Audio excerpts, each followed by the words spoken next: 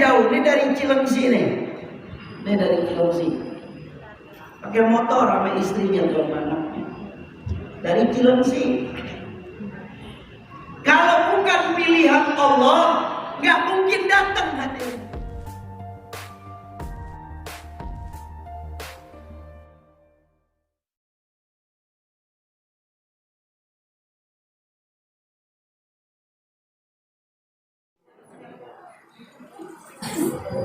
Mari kita berdiri semuanya, kita marhaban.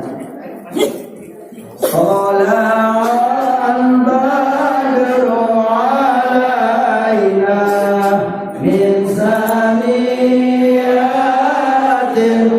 wajah wajah syukru alaina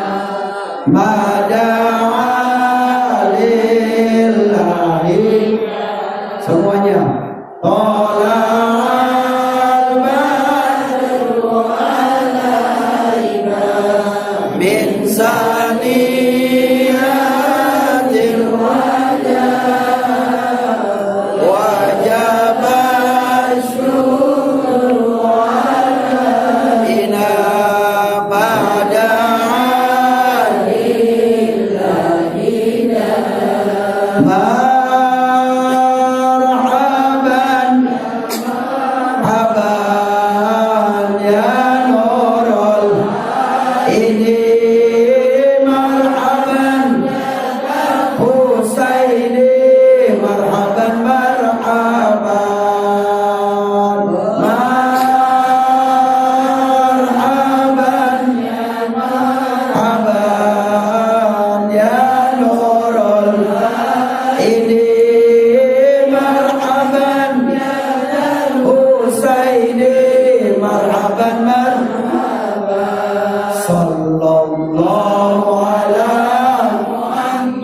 sallallahu alaihi wasallam, sallallahu ala Muhammad, ya Rabbi salli wa sallim. Silakan duduk kembali.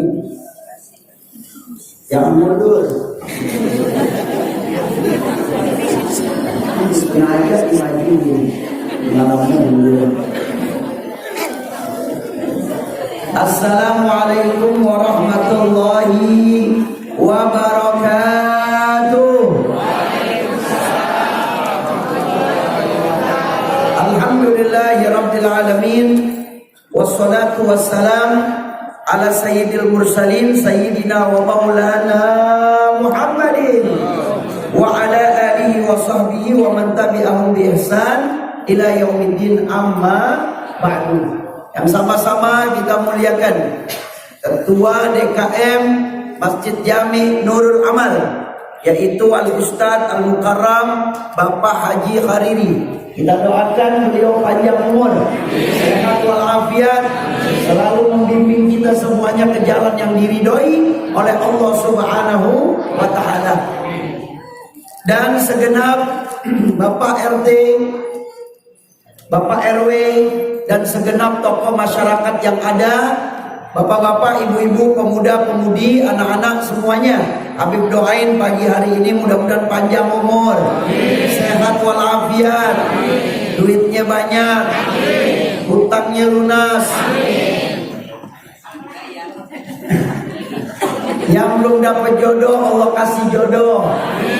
Anak-anaknya sekolahnya sukses, baik yang berada di pondok pesantren ataupun yang berada di rumah yang sekolah di SD, SMP, SMA atau SDI atau Sanawiyah Aliyah, bahkan sampai ke bangku universitas, insya Allah diberikan ilmu yang bermanfaat, hidupnya bahagia, hidupnya senang, yang duda dapat jodoh cepat, yang janda dapat juga. Ya mudah-mudahan amin ya rabbal alamin. Enak banget didoain semuanya. Dan jangan lupa juga kita aminkan, mudah-mudahan insya Allah bisa haji, bisa umroh, bisa berziarah ke makam Nabi. Ya rabbal alamin. Enggak mungkin bapak ibu datang ke tempat yang mulia kecuali itu udah pilihan dari Allah. Kan banyak orang-orang nih, tetangga-tetangga, dengar nih suara saya, dengar ada pengajian, dengar suaranya ketua DKM kita, dengar, tapi mau hadir berat. Ada yang dari jauh, ini dari Cilengsi nih. Ini dari Cilengsi. Pakai motor sama istrinya tuh, anaknya. Dari Cilengsi.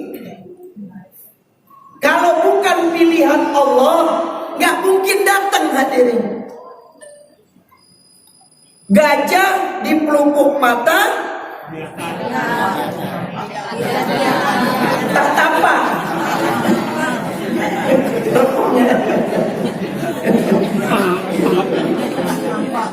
Justru yang dekat lebih semangat daripada yang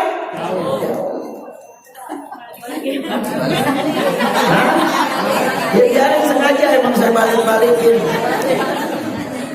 ya, biar dia juga yang pikir yang dekat. Jangan, ini kesempatan. Nggak ada tempat yang paling mulia di atas bumi Allah kecuali majelis ilmu. Titik, udah nggak ada. Istana, rumah yang megah, apa yang Anda anggap mewah, enggak ada. Cuman majelis ilmu. Karena majelis ilmu ketika Bapak Ibu duduk, kaum muslimin wal muslimat duduk, itu Allah berteriak, memanggil semua malaikat, hei para malaikat yang ada di kerajaan, tolong semuanya turun. Di Masjid Nurul Amal ada yang sedang mengaji, ada yang sedang menuntut ilmu, yang mana ilmu tersebut untuk mendekatkan diri kepada aku dan mereka berzikir kepada aku. Itu turun langsung seluruh malaikat. Ini gak kelihatan aja nih. Ini kalau kelihatan kabur kita. Kitanya kabur. Baik hadirin, sebelum saya membahas beberapa kitab, ini ada kitab, saya bawa 5 kitab. Yang pertama halaman hampir ada 500 lembar. Ini kitab yang pertama. Nah, ini tentang Ratib Al-Haddad. Yang sering dibaca zikirnya yaitu Ratib Al-Haddad. Kalau ibu bapak mau berangkat haji umroh, ratiban. Nah ini syarahnya, ini penjelasannya. Dari mana sumber-sumbernya? Dari Al-Quran, dari hadisnya. Nah, ini sumber-sumbernya. Ini 500 halaman. Dan ini juga ada kitab namanya Kitab Imamul Haddad, biografi beliau, pengarang Ratib. Nah, di sini tercantum yaitu makom-makom, kuburan-kuburan sampai kepada Nabi Muhammad SAW. Dan di sini ada kitab 2 jilid juga, namanya Kitab Samsul Zahirah. Nah, ini kitab keturunan para habaib seluruh dunia. Hampir ada 95 keturunan. Jadi tercatat semuanya. Jadi ada kuburannya, ada catatannya. Semuanya rapi. Kalau di dalam organisasi itu ada catatan-catatan keuangannya. Masjid juga ada catatan keuangannya, ada laporannya, ada berkas-berkasnya, ada bukti-buktinya. Nah, jadi bukan sekedar omongan belaka. Nah, maka ini saya bawa kitabnya. Ini 2 kitab. 2 kitab sekitar 2 jam pembahasannya. Ya ibu pulang nggak apa-apa, Habib juga pulang. Nah ini tebal-tebal bukunya, tapi nanti aja itu kita bahas. Kita masuk ke dalam pelajaran kita. Silakan yang bawa buku, Kitab Safinatun Najah, Fikih Islam lengkap tingkat dasar. Halaman berapa? Hah?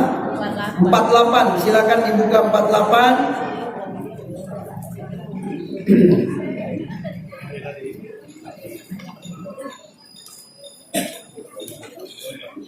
Pokoknya kalau ibu bapak ke majelis taklim itu udah orang pilihan. Seperti haji dan umroh. Seperti haji dan umroh. Haji dan umroh gak sembarangan Pak. Saya ada fotonya kemarin malam Jumat. Ada satu ustadz, maaf, dia ya orang biasa, kalau kita anggap nggak mungkin berangkat haji, nggak mungkin berangkat umroh. Ya, di Cilangkap saya ngajar malam Jumat di sana, udah 6 tahun saya ngajar. Itu saya bagiin brosur umroh. Saya bilang, Pak Ustadz pegang, saya fotoin. Pegang ya Ustadz, saya foto. Habis saya foto, saya kirimin ke murid saya. Saya tulis di bawahnya, Pak, mudah-mudahan nih Ustadz bisa berangkat. Udah saya diam. Pagi-pagi saya buka handphone, Habib, itu Ustadz biar berangkat aja Pak Habib. Semua saya yang biayain. Alhamdulillah. Ternyata teliti punya teliti. Saya penasaran. Ini kok orang gampang banget ya. Kalau bahasa Betawinya modal dengkul. Bener-bener modal dengkul, nggak keluar paspor dibayarin, dibikinin. Besok hari Senin dia bikin nama saya paspornya. Terus lagi pagi itu juga hari Jumat itu dia transfer. Dia transfer 33 juta, 32 juta itu untuk umrohnya, buat paspornya, dia kasih sama sekalian ongkosnya 1 juta. Saya bilang Masya Allah. Ya artinya memang rezeki beliau. Tapi saya teliti, ini kok orang Ustadz ini Masya Allah luar biasa. Jadi saya merenung, nih kok Ustadz gampang banget, kok langsung ditransfer sama orang itu. Akhirnya saya merenung, saya duduk, saya ingat-ingat kembali, ternyata ini Ustadz memang ekonominya, artinya kalangan bawah. Memang kalau kita pikir nggak mungkin bisa berangkat karena kan mahal ya. Udah punya teliti. Jadi setiap saya mau berangkat haji, umroh, saya baru ingat tuh. Selalu dia, maaf, bukan artinya nanti bapak ibu juga memberikan kepada saya, enggak. Maksudnya nih saya teliti kok kenapa bisa cepet nih orang. Jadi setiap saya mau berangkat nih, Bib saya nitip ya sedikit, doain saya biar bisa haji, biar bisa umroh. Saya buka di rumah tuh kadang 200.000, kadang 50.000. Itu selalu seperti itu. Saya tanya sama Ustadz itu, antum nih ngasih ke saya aja apa sama orang yang mau berangkat haji dan umroh? Nggak, kadang ada Bib tetangga saya mau berangkat haji kemarin, saya juga kasih. Saya minta didoain, tolong didoakan di sana ya. Itu. Jadi dari motivasi dia pengen banget berangkat umroh, pengen ke Mekah ke Madinah, sering dia nitip sama orang yang mau berangkat haji dan umroh. Ya kadang saya bilang, ini antum udah hampir 5 kali nih seperti ini. Paling besar 200.000 saya bilang gitu. Apakah semuanya seperti itu? Enggak Beb. Kadang saya ada 20.000 saya kasih, kadang saya ada 50.000 saya kasih. Jadi semampunya saya Beb. Saya pengen banget berangkat. Subhanallah, shollu ala Muhammad. Habib doain mudah-mudahan bisa berangkat haji, bisa berangkat umroh, bisa berziarah ke makam Nabi. Baik, halaman 48. Ini doa ya. Iya Pak. Kemarin fardu wudu, sekarang sunnahnya wudu. Sunnahnya wudu. Adapun sunnah-sunnahnya sebelum berwudu, yaitu membaca lafaz basmalah, Bismillahirrahmanirrahim. Pokoknya setiap memulai apa saja baca Bismillahirrahmanirrahim. Kenapa? Karena orang yang membaca Bismillahirrahmanirrahim fahuwa abkar, yaitu akan mendatangkan keberkahan. Tahu berkah gak? Berkah itu bertambah kebaikan. Berkah artinya bertambah kebaikan. Ada orang hartanya bertambah terus, tapi gak ada berkahnya.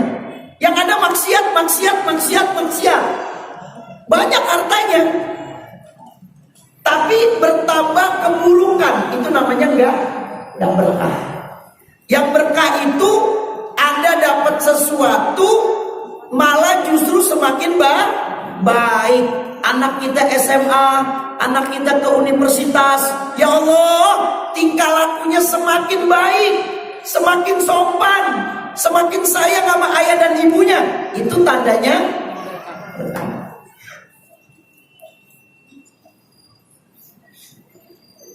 Tahun kemarin sapinya berapa di masjid? 6. Tahun depan harus 8. Biar berkah. Insya Allah. Ya, jadi berkah itu bertambah kebaikannya. Kalau nggak berkah, bagaimana Beb? Nggak bertambah kebaikannya. Karena yang memberikan kebaikan itu adalah Allah. Lanjut. Yang kedua, membasuh 2 telapak tangan. Ini sunnah ya. Bapak Ibu tolong lihatkan saya. Dilihat.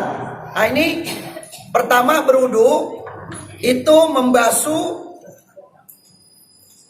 membaca bismillah dulu. Ini kan air nih. Baca bismillahirrahmanirrahim. Sembari membasuh tangannya bagaimana seperti ini tuh.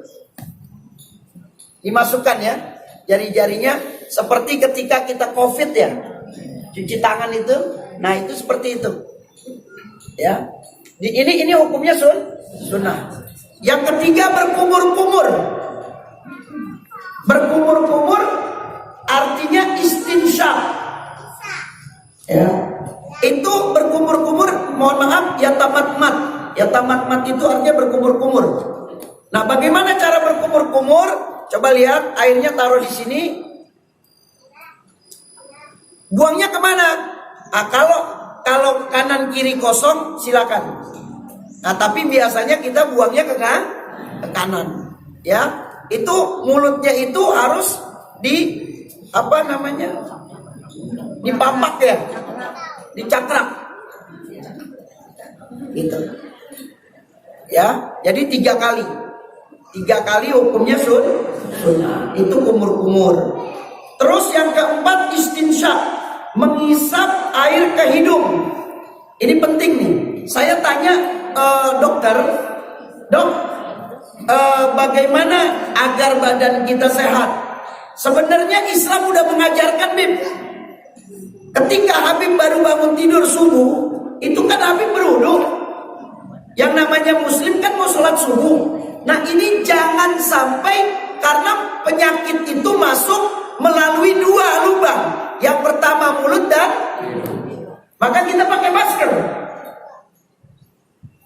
Maka ketika terjadi COVID, itu kumur-kumur dan memasukkan air ke dalam hidung, itu proses yang luar biasa. Dan itu diakui oleh orang-orang non-muslim bahwasanya agama Islam ini adalah agama yang paling bersih. Maaf, saya ke bandara-bandara internasional, di mana bandara itu saya masukin tempat-tempat WC, itu nggak ada air, Pak. Tisu. Lah kita orang Indonesia, orang Islam nggak betah. Biasanya pakai air, mereka tisu. Ya. Nah maka mau tidak mau pembimbing itu kasih botol aqua. Dibelikan kita botol aqua, air mineral. Nah, itu kalau mau buang air kecil ya kita dikasih itu. Nah, maka di sini untuk memasukkan air ke dalam hidung, tolong lihat Habib, dihirup ya. Ini air taruh sini, dikembalikan lagi, dikeluarin, jangan dimasukkan, karena nanti perih. Nah itu luar biasa.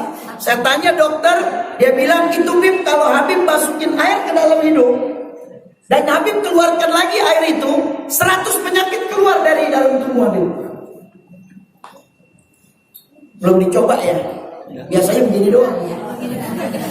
Oh ibu kudunya begini aja, biar hidungnya mancung. Pencet-pencet ya, kayak Petruk lagi kemancungan. Nah untuk bilamin ya, tolong kumur-kumur 3 kali ya. Boleh gak Bib saya ngambil, ini airnya masih banyak Bib, itu saya ngambil lagi gak boleh karena udah terpakai, karena udah mustakmal. Ambilnya dikit saja, gak usah terlalu banyak-banyak. Nah terus untuk ke hidung itu dimasukkan seperti itu. Ya kalau saya biar nggak mubazir airnya dari ambil air ke mulut terus saya langsung masukin ke hidung. Jadi nggak satu-satu, jadi langsung seperti itu. Jadi ke mulut masuk, ke hidung masuk. Ya bisa dimengerti? Ada pertanyaan Pak? Nah, jadi hati-hati. Maka kenapa ilmu medis harus menutup daripada hidung dan mulut? Karena itu dua jalur, dua jalan untuk masuk daripada penyakit. Penyakit masuknya dari hidung dan mulut. Nah maka ada hadis yang mengatakan orang kalau udah bisa jaga mulutnya, dia pasti masuk surga. Orang yang bisa jaga mulutnya pasti masuk surga. Maksudnya bagaimana Bib? Tidak berkata sesuatu yang tidak pantas. Oh bagaimana yang gak pantas? Jangan ngomong yang jorok, jangan ngomong yang kasar, jangan membuka aib orang. Saya kemarin baru dengar ceramah, saya punya guru Al-Habib Umar bin Muhammad bin Salim bin Hafid.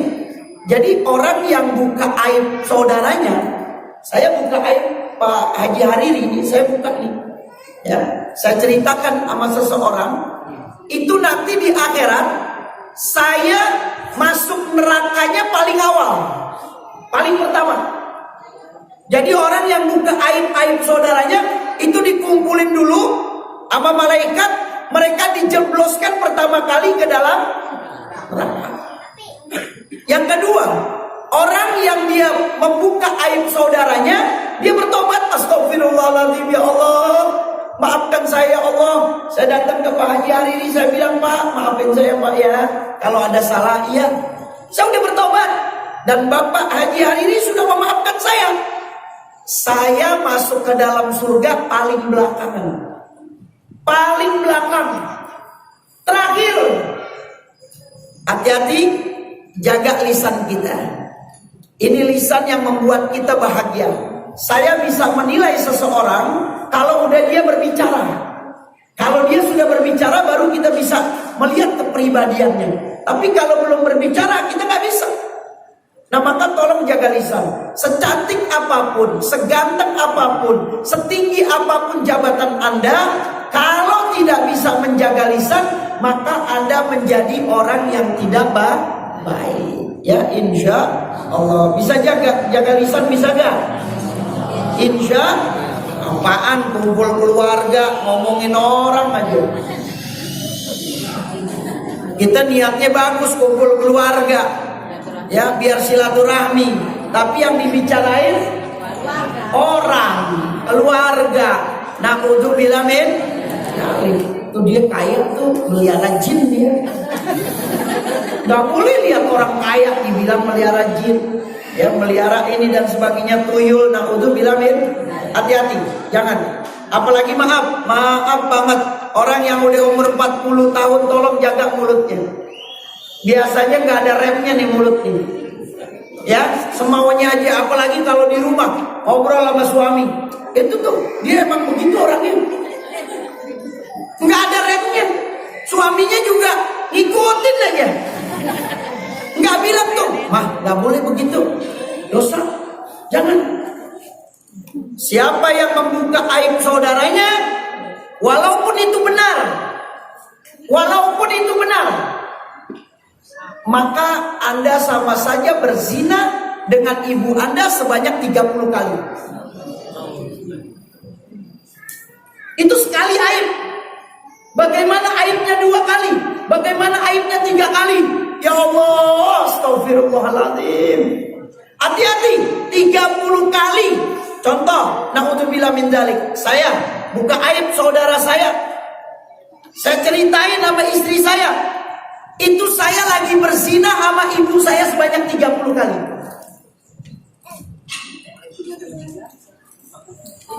Ya itu artinya tingkatan dosa, ya tingkatan dosa Anda setara dengan orang yang berzina sebanyak 30 kali. Bahaya atau tidak? Jangankan itu, mendekat sama perempuan aja itu bahaya. Apalagi sampai melakukan hal yang negatif. Na'udzubillah min Jangan jaga mulut kita. Kadang kalau ngobrolin orang seenaknya aja.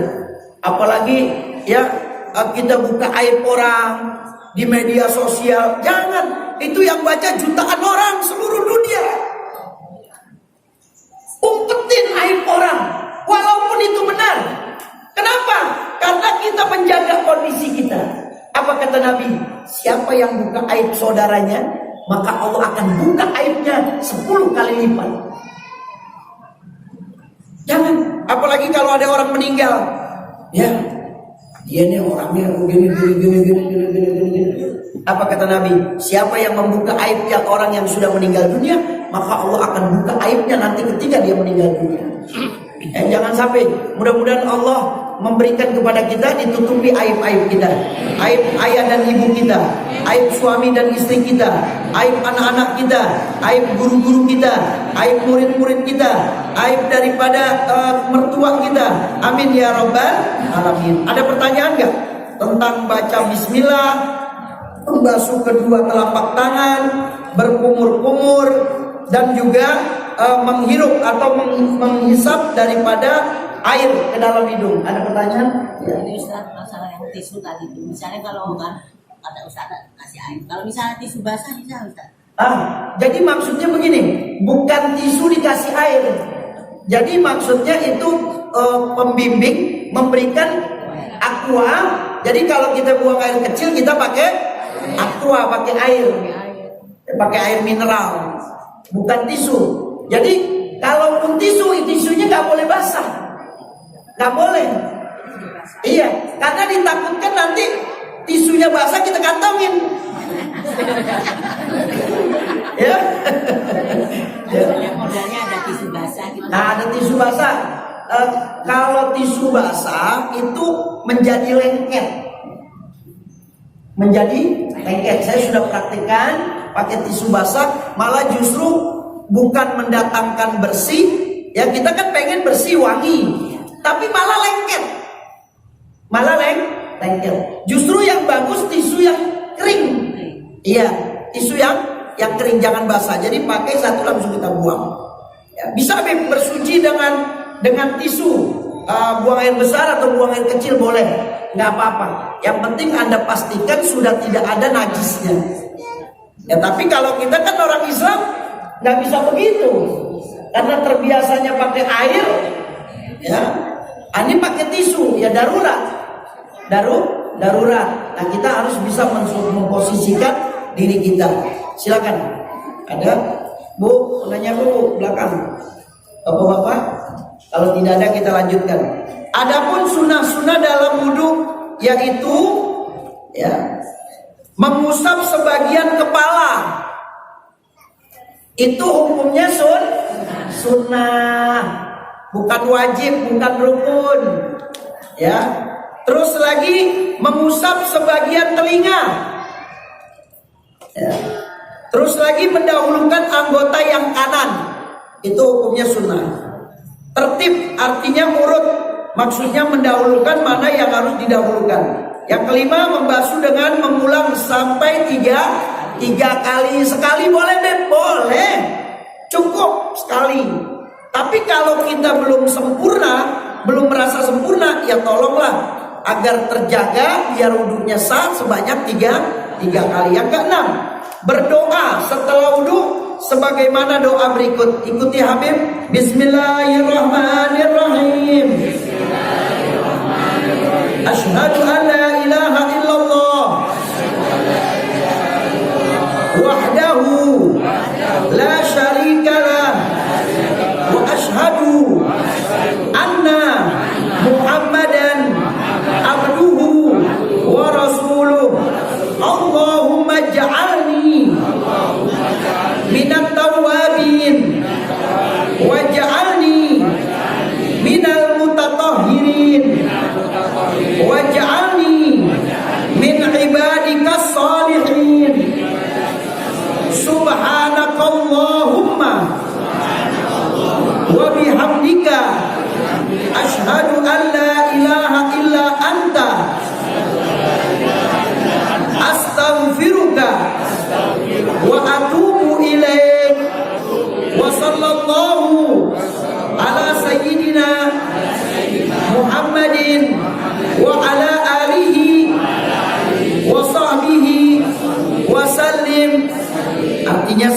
ya. Saya bersaksi bahwa tidak ada Tuhan yang hak disembah kecuali Allah, Zat yang Maha Tunggal, tidak ada sekutu baginya. Dan saya bersaksi bahwa Nabi Muhammad SAW itu hamba dan utusan Allah Subhanahu wa Ta'ala. Ya Allah, jadikanlah diriku sebagai golongan orang-orang ahli taubat, dan jadikanlah diriku sebagai golongan orang-orang yang bersuci, dan jadikanlah diriku sebagai hamba-Mu yang saleh. Maha suci Engkau ya Allah, dan dengan memuji Engkau ya Allah, sesungguhnya aku bersaksi bahwa tidak ada Tuhan kecuali Engkau, dan hanya kepadamu aku memohon ampunan dan taubat, dan semoga rahmat dan semoga salam rahmat dan takzim selalu tercurahkan kepada Nabi Muhammad sallallahu alaihi wasallam, para keluarganya dan para sahabat-sahabatnya. Habib yakin doa ini sudah pada hafal insya Allah. Yang ketujuh membaca surat Al-Qadar.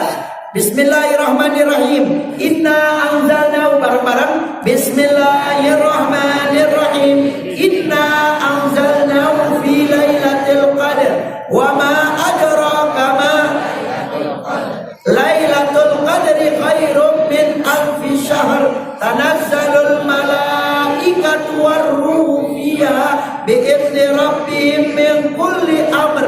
Salamun matla'il fajr. Itu habis doa wudu kita baca surat Inna anzalnahu fi lailatul, seperti sabda Nabi Muhammad SAW yang artinya sebagai berikut: barang siapa yang sesudah wudu membaca surat Al-Qadar, maka dibukalah semua pintu surga, dan orang tersebut berhak masuk dari pintu mana saja yang ia sukai.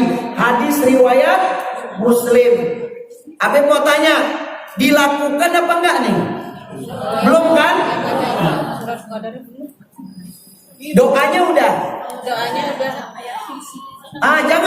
Jangan ayat kursi, baca Al-Qadar. Baca surat Al-Qadar. Nah, itu lihat hadisnya, hadis riwayat Muslim. Nanti ayat kursi ada lagi, tapi kita cantumkan baca apa yang ada di dalam buku ini. Nanti ayat kursi ada lagi, itu tambahan. Nah, tapi ayat hadisnya, barang siapa yang setelah berwudu dia membaca asyhadu alla ilaha illallah wahdahu la syarikalah, doa setelah berwudu, dan dia baca inna anzalnahu bismillahirrahmanirrahim inna anzalnahu fi lailatul qadar. Apa kata hadis tersebut? Barang siapa yang sesudah berwudu membaca surat Al-Qadar, maka dibukalah semua pintu surga, dan Allah perintahkan semua malaikat untuk membuka pintu surga, dan orang itu dikatakan, ayo masuk dari pintu mana yang engkau inginkan. Mudah-mudahan insya Allah mulai hari ini kita praktekkan, insya Allah. Kalau belum hafal, dihafalkan. Nah, disunahkan juga kalau setelah berwudu itu doanya tangannya diangkat, maaf, sampai kelihatan ketiaknya, ya, sampai seperti ini. Jangan seperti ini, tapi angkat. Kalau bisa yang pakai kacamata itu dibuka, ya, karena kan berwudu ya, habis wudu masa dipakai, basah tuh kacamata. Nah, itu diangkat yang tinggi. Tapi ibu jangan lihat-lihat dulu ada anak laki gak, ini ngangkat tinggi-tinggi, ya. Ya, auratnya terlihat. Naudzubillah min dzalik. Ibu cukup sedikit saja seperti ini. Yang laki ngadep kiblat, Pak. Ngadep kiblat, angkat tangannya. Setelah udah baca doa tersebut, diusap. Siapa yang mengangkat tangannya tinggi-tinggi setelah berwudu, baca doa tadi, dia angkat tangan tingginya, tidak diturunkan tangannya kecuali Allah sudah mengampuni dosanya. Jadi ketika Bapak baca doa, ya, doa setelah berwudu, terus Bapak usapkan, ini sebelum tangan ini turun, maka dosanya diampuni oleh Allah Subhanahu wa taala seperti bayi yang baru lahir dari perut ibunya. Amin. Setiap hari 5 kali berwudu. Kalau setiap hari 5 kali berwudu, ya, niscaya insya Allah dosa kita diampuni oleh Allah Subhanahu Wa Taala. Nah kita sekarang pagi mandi lagi kapan? Sore ya, 2 kali bersih gak? Apalagi 5 kali. Banyak biasanya ibu-ibu tuh yang mandi sampai 5 kali. Iya, gerah dikit. Iya istri saya dikit-dikit mandi. Ya, gitu. Bukan ibu-ibu sini, ibu-ibu sono. Ayo, ada pertanyaan lagi?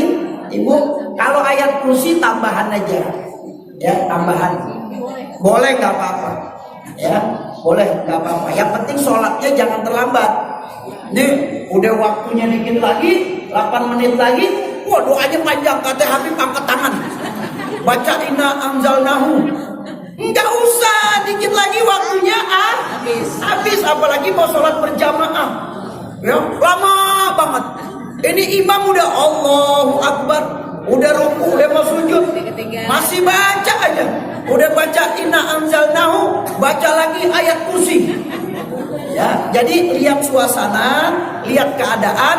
Kalau memang waktunya memungkinkan, baca ayat kursi, baca qul huwallahu 3 kali, baca al-mu'adzatain, qul a'udzu birabbil falaq, qul a'udzu birabbin nas. Ada pertanyaan, Pak?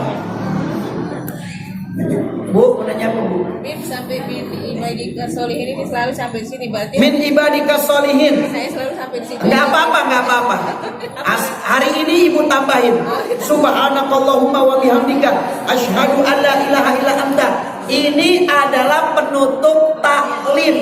Iya, min taklim ini. Lihat gak Ustaz kalau habis ngajar bacanya apa? Subhanakallahumma wa bihamdika asyhadu an la ilaha illa anta astaghfiruka wa atubu ilaik. Apa kata Nabi? Siapa yang baca doa tersebut dalam keadaan duduk, maka sebelum dia bangun Allah sudah ampuni dosanya. Siapa yang baca setiap taklim, setiap belajar, setiap Anda melakukan kegiatan di kantor nih, udah mau pulang nih, ya udah mau tinggalin kantor, Anda baca ini sebelum berdiri, Anda sudah diampuni dosanya oleh Allah Subhanahu Wa Taala. Ya Bu ya, perkumpulan keluarga juga begitu. Wah tadi ngomongin orang aja, habis-habisan diomongin, Prabowo-nya dihina, Ganjarnya dihina, Aniesnya dihina, semuanya dijelek-jelekin. Emang gak dosa tuh? Dosa. Hati-hati Pak, hati-hati Bu. Ya, Anies dijelek-jelekin, Ganjar dijelek-jelekin, Prabowo dijelek-jelekin. Emang gak dosa itu? Dosa, hati-hati. Gibah. Ya jangan. Kalau Pak Aniesnya ridho, kalau Pak Ganjarnya ridho, kalau Pak Prabowo-nya ridho, kalau mereka gak ridho, dosa kita. Ya. Nah mudah-mudahan kita nggak membicarakan, apalagi kalau di TV tuh lihat ya ada artis, loh emang dia orang nggak bener tuh. Ya. Anda kenal di mana dia orang nggak bener? Ya. Itu naudzubillah min dari yuk dari sekarang yang udah umur 40 hati-hati jaga mulutnya. Jaga mulutnya. Jangan sembarangan buka aib orang. Walaupun itu betul. Walaupun itu nah, kalau nggak benar itu fitnah. Kalaupun memang benar, ya semaksimal mungkin kita jaga. Kita jaga. Siapa sih yang kagak malu aibnya kelihatan? Siapa sih yang kagak malu kalau aibnya terungkap? Maka di perpolitikan sekarang berusaha bagaimana caranya agar 3 orang ini ada celah untuk masuk menjelek-jelekan. Enggak boleh. Dosa ya kalau salah itu artinya fitnah. Nah, Bib, begini. Tadi kan Habib bilang kita nggak boleh membuka aib orang. Tapi ini orang, Bib, utangnya banyak. Saya utang, Bapak Hari utang, Bapak Hekel utang. Saya bilang sama Pak Jari ini, Pak, itu orang itu ngutang sama saya Pak 500.000. Oh, sama saya 5 juta, Bib. Belum ganti. Nah, boleh dikasih tahu nggak apa-apa. Itu kalau urusan utang, ya. Kapan Bib boleh buka aib orang? Ketika persidangan. Ketika di dalam sidang untuk membuktikan dengan bukti-bukti yang akurat, silakan, nggak apa-apa. Di dalam sidang. Selain itu jangan. Jaga, apalagi aib istri kita. Wah, mentang-mentang kita udah cerai sama dia, kita buka semuanya. Kita lihat nih, laki kita dekat sama siapa nih? Udah cerai nih, sama dia. Kita samperin ke perempuan itu. Hati-hati lo dia sama dia. Ya, gua dulu nih.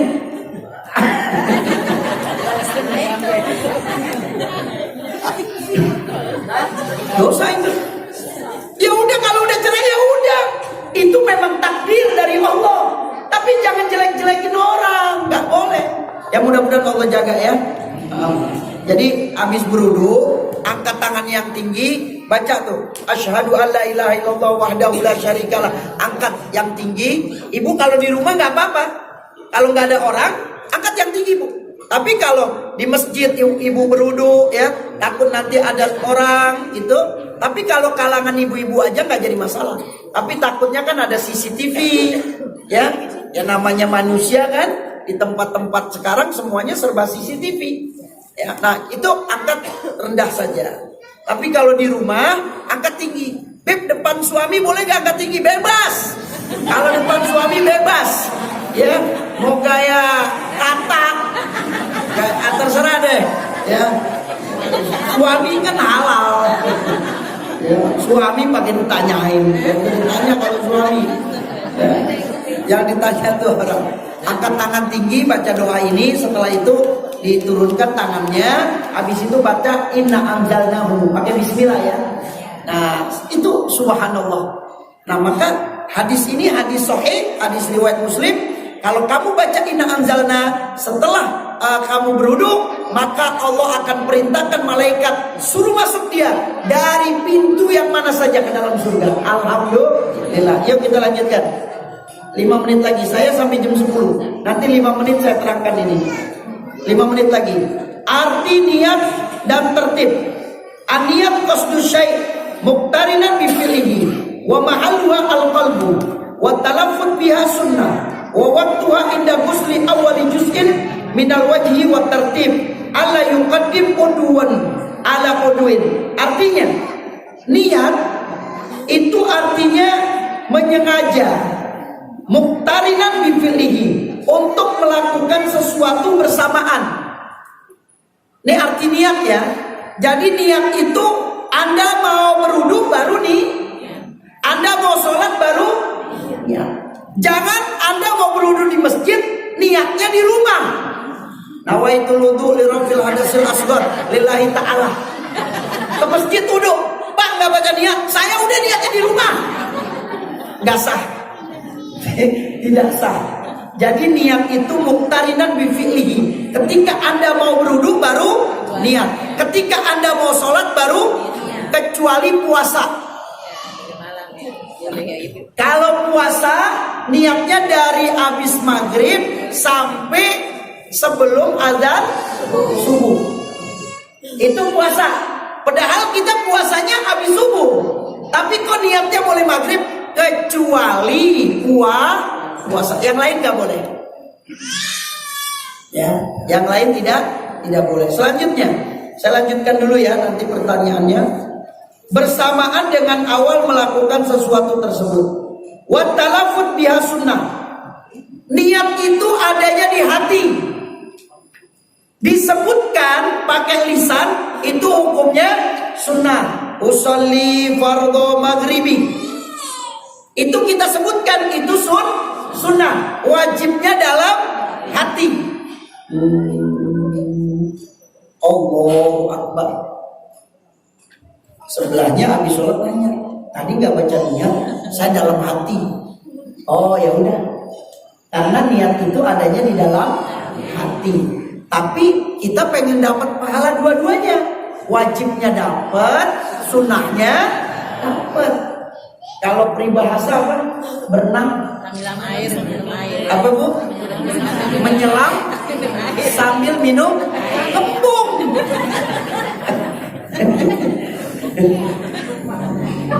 Nah jadi, wah saya dalam hati aja. Jangan, ambil sunnahnya. Talafut ya. Wa waqtuha inda ghusli awali juz'in minal wajhi. Ingat, ketika berwudu niatnya itu bukan pas baca bismillah, bukan pas cuci tangan, bukan pas kumur-kumur atau memasukkan air ke dalam hidung, bukan. Tapi niat mau berwudu itu ketika mau membasuh. Jadi sebelum membasuh muka baru kita nih bisa dimengerti ya Bu ya.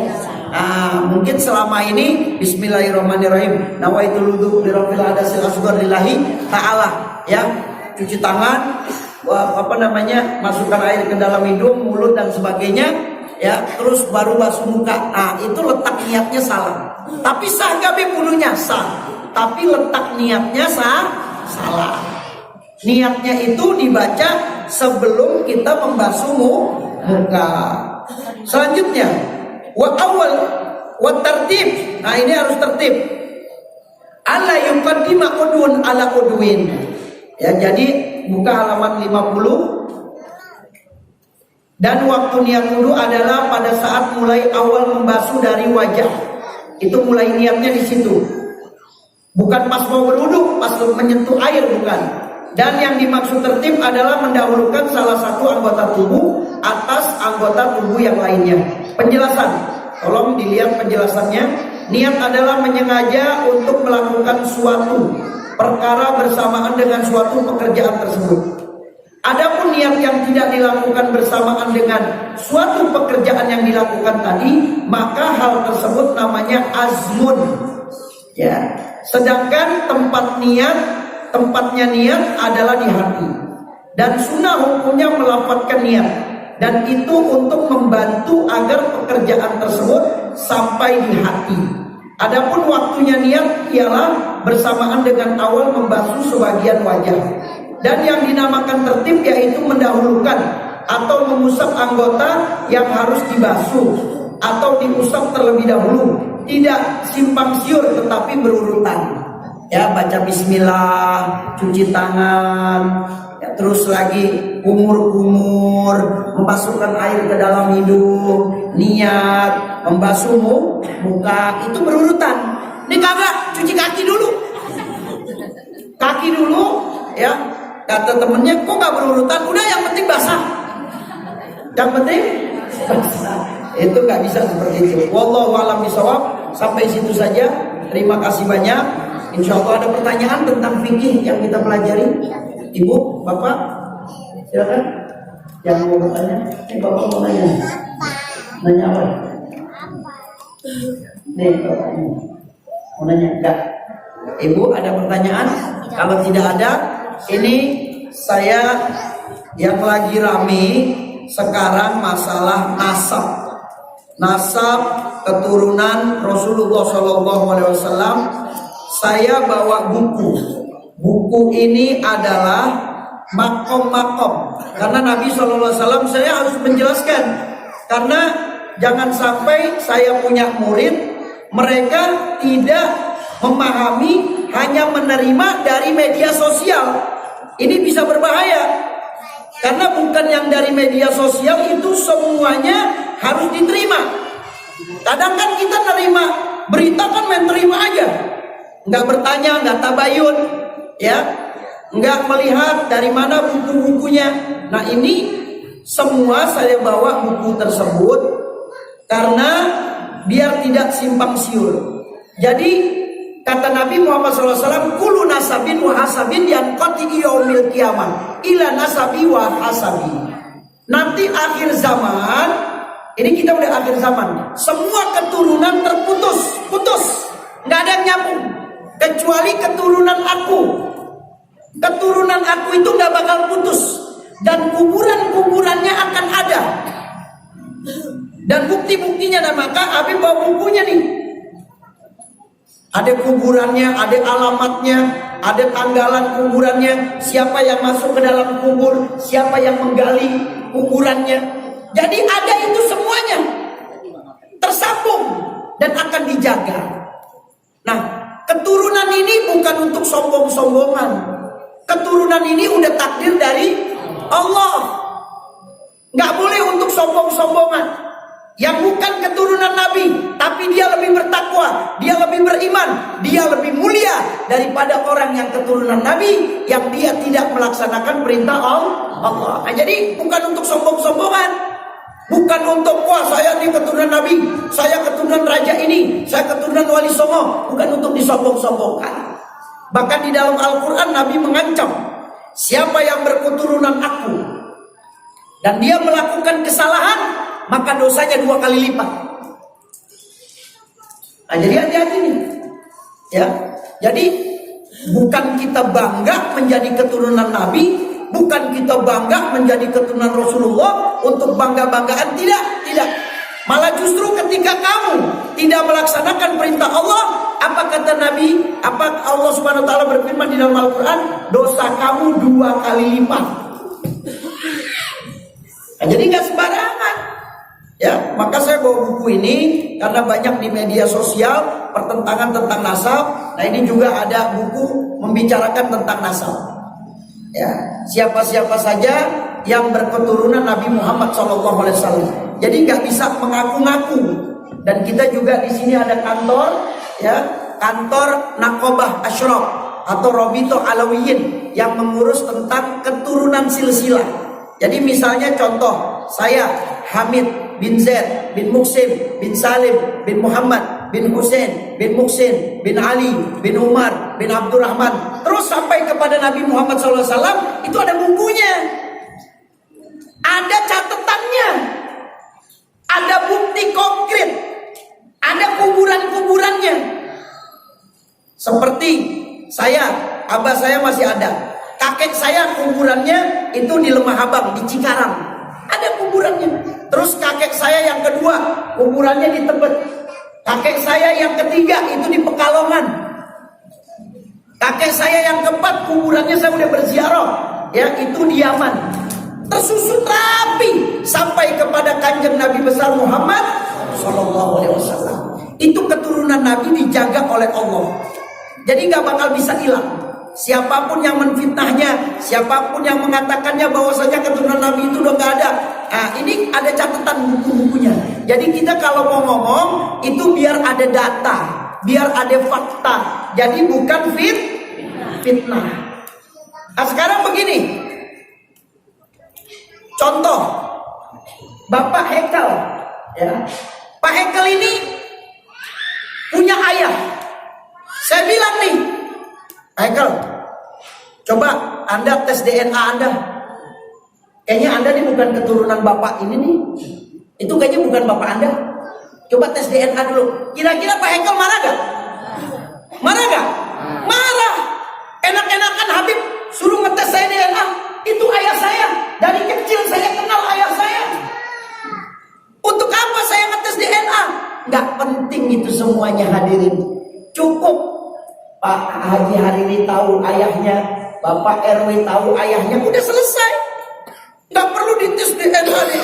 Nah, ini berusaha untuk mengadu domba. Agar apa? Agar terjadi keributan. Nah, ini harus dihindarkan. Nah, ini buku ini Habib bawa. Nah, ini ada hampir 95 keturunan yang diakui seluruh dunia oleh ulama-ulama yang memang mereka benar-benar mempelajari tentang ilmu keturunan. Nah, sekarang ilmu jantung. Kemarin saya khutbah Jumat, saya ngajar di RSPAD Pak sekarang. Sebulan sekali di rumah sakit Angkatan Darat ya. Gatot Subroto. Itu Habib ngajar di sana sekarang sebulan sekali. Ya nanti akhir nih hari Selasa itu saya ngajar di sana. Kemarin khutbah Jumat. Itu ketika saya khutbah Jumat selesai, ada satu dokter. Saya bilang, saya berbicara tentang hadis Nabi, takwa itu ada di balik dadamu sebelah kiri.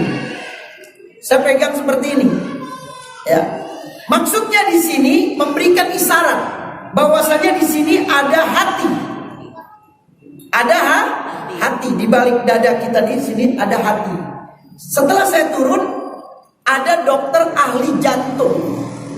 Habib, maaf, tadi Habib mengatakan di dalam khutbahnya bahwasanya di balik dada sebelah kiri ada hati. Maaf Habib, hati itu tempatnya bukan di sini. Ini tempatnya jantung. Hati itu di bawah. Dia bilang seperti itu. Saya bilang, Pak Dokter, itu hanya isyarat saja. Saya tahu hati berada di sini, tapi itu hanya isyarat Nabi SAW bahwasanya ketakwaan seseorang itu ditentukan di balik dadanya, seperti itu. Nah, Habib mengambil pelajaran bahwasanya setiap orang itu mempunyai keahlian masing-masing. Ada bagian jantung, ada bagian apa Bu? Paru, ada bagian ginjal, ada bagian otak. Nah, begitu juga masalah nasab, masalah keturunan yang kita serahkan kepada yang ahlinya. Nah, kalau orang tidak ahli di dalam urusannya, kata Nabi, tunggulah kehancurannya. Tunggulah kehancurannya, karena dia bukan ahlinya. Nah, dia bukan dokter, tapi pura-pura jadi. Nah, sekarang mobil saya mogok, nggak jalan, mesinnya juga nggak nyala. Bisa nggak Habib bawa ke rumah sakit? Kalau bawa ke rumah sakit berarti yang sakit saya, bukan mobilnya. Mobil dibawa kemana? Bengkel ahlinya. Nah, begitu juga ketika kita mendengar di media sosial tentang berita-berita, jangan langsung diambil. Ditanya dulu, dilihat dulu. Nah, hari ini tanggal 27 di Kesultanan Banten ada pertemuan tentang nasab. Cuman orang yang menyebarkan fitnahnya udah diundang kagak datang. Nah, artinya kalau dia kagak datang, artinya itu adalah fitnah. Kita sebagai manusia, yuk sini, jangan berkuar-kuar di media sosial aja. Ayo kita tabayun, kita duduk. Ini baru kali ini ada pertentangan tentang nasab. Karena ulama-ulama terdahulu tidak ada. Yang terakhir, ini buku tebal banget. Ini bagus banget, ini buku kecintaan saya. Memang berbahasa Arab. Jadi ibu baca Al-Fatihah, ya, itu manfaatnya apa? Ibu baca raditu billahi rabbah wa bil islami dina wa bi Muhammadin nabiyya wa rasulah. Kata Nabi, siapa yang baca tiap hari 3 kali, nanti di akhirat Nabi yang bawa tangannya menuju ke surga. Tiap hari 3 kali. Apal ya Bu ya? Pak hafal ya, kita baca bareng-bareng 3 kali. Mudah-mudahan nanti di akhirat kita ditarik tangan kita sama Nabi dibawa ke dalam surga. Bismillahirrahmanirrahim. Bersama-sama. Raditu billahi rabbah wa bil islami wa bi Muhammadin wa rasulah. Raditu billahi rabbah wa bil wa bi Muhammadin nabiyya wa rasulah. Semuanya. Raditu billahi rabbah wa bil islami dina wa bi Muhammadin nabiyya wa rasulah. Nah, mudah-mudahan nanti ditarik tangannya sama Nabi, dituntun sama Nabi menuju ke dalam surga. Dan Bib, bacanya ada yang baca begini Bib, raditu billahi rabban wabil islami dinan. Boleh nggak? Boleh, nggak apa-apa, nggak jadi masalah ya. Nah, tetap nggak merubah artinya. Itu saja dari saya. Ini tolong dibagikan topik Pak Hendro, dibagikan Abdul. Ini kasih. Yang depan dulu, yang depan kasih. Yang nggak cukup ya, yang ada istrinya Pak nggak usah ngambil Pak.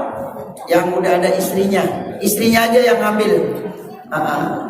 Istrinya aja Pak yang ngambil. Nah, ini umroh Insya Allah Habib doain, mudah-mudahan udah ada 15 orang yang berangkat dengan saya tanggal 26. Ya, tanggal 26 keberangkatan tanggal 26 September. Ya, silakan yang mau ikut.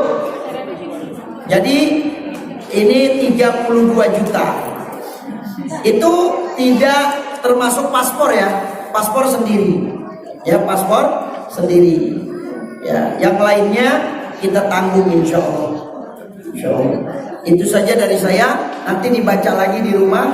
Saya berharap ibu-ibunya kasih, mungkin ada yang belum dapat. Silakan kasih. Ya, Bib, saya boleh nggak nawarin saudara saya? Boleh, nggak apa-apa. Nanti Habib kasih duit 500.000. Bib, nih ada saudara saya nih Bib, mau ini nih Bib, gitu. Ya nanti dapat hadiah dari Habib 500.000 kalau bisa masukin orang untuk ikut umroh bersama saya. Tanggal 2 sebulan lagi ya. Ini kan tanggal 27. Ya, sebulan lagi. Pas tanggal 12 Rabiul Awal kita berada di depan makam Nabi Muhammad SAW. Pas hari lahir beliau. Emang itu spesial. Ini kan tulisannya umroh spesial Maulid Nabi. Napak tilas kelahiran dan perjuangan Nabi Muhammad Sallallahu Alaihi Wasallam. Ya, niat. Pegang brosurnya, baca, ya Allah saya pengen berangkat. Mudah-mudahan kau panggil saya sebagai tamu ya Allah. Gak usah takut. Allah akan berikan apa yang kita inginkan. Insya Allah. Seperti seorang ustaz tadi, Masya Allah, tabarakallah. Ya, dia sampai nangis. Dia gak percaya. Ya Allah, benar nih Bib, saya berangkat. Benar, berangkat. Subhanallah. Sekian, mari kita baca surat Al-Fatihah. Mudah-mudahan Allah Subhanahu wa taala mengangkat derajat kita dan mengampuni dosa-dosa kita, dan kita minta sama Allah, mudah-mudahan Allah jaga lisan kita. Ya Allah, tolong ya Allah, umur kami udah lebih dari 40. Tolong jaga lisan kami agar berkata yang baik, digunakan untuk membaca Al-Quran, digunakan untuk berkata yang baik, digunakan untuk berselawat, digunakan untuk berzikir. Tolong ya Allah, kalau selama ini lisan kami membuka aib-aib saudara kami ya Allah, atau untuk berkata yang kotor, ampuni lisan kami ya Allah. Jaga mulai hari ini sampai kami meninggal dunia ya Allah. Dan tolonglah jagalah seluruh keluarga kami, bangsa dan negara kami ya Allah ya Rabbana ya Karim. Al-Fatihah. A'udzu billahi minasyaitonir rajim. Bismillahirrahmanirrahim. Alhamdulillahirabbil alamin arrahmanir rahim maliki yaumiddin. Iyyaka na'budu wa iyyaka nasta'in. Ihdinas siratal mustaqim. Siratal ladzina an'amta 'alaihim ghairil maghdubi 'alaihim waladdallin. Amin. Bagi yang ingin daftar umroh bisa langsung ke Habib, ada nomor teleponnya, atau ke Bapak Haji Hariri. Silakan menghubungi beliau. Nanti didatangi oleh petugas dari travel saya. Ya, nanti insya Allah dapat koper ya, dapat pakaian ihram, ibu-ibu dapat mukena dan sebagainya. Peralatan umroh insya Allah dapat. Itu saja dari saya. Mohon maaf kurang dan lebihnya. Nanti ditutup dengan ayahanda kita, doanya. Hadanallahu wa iyyakum ajmain. Assalamualaikum warahmatullahi wabarakatuh.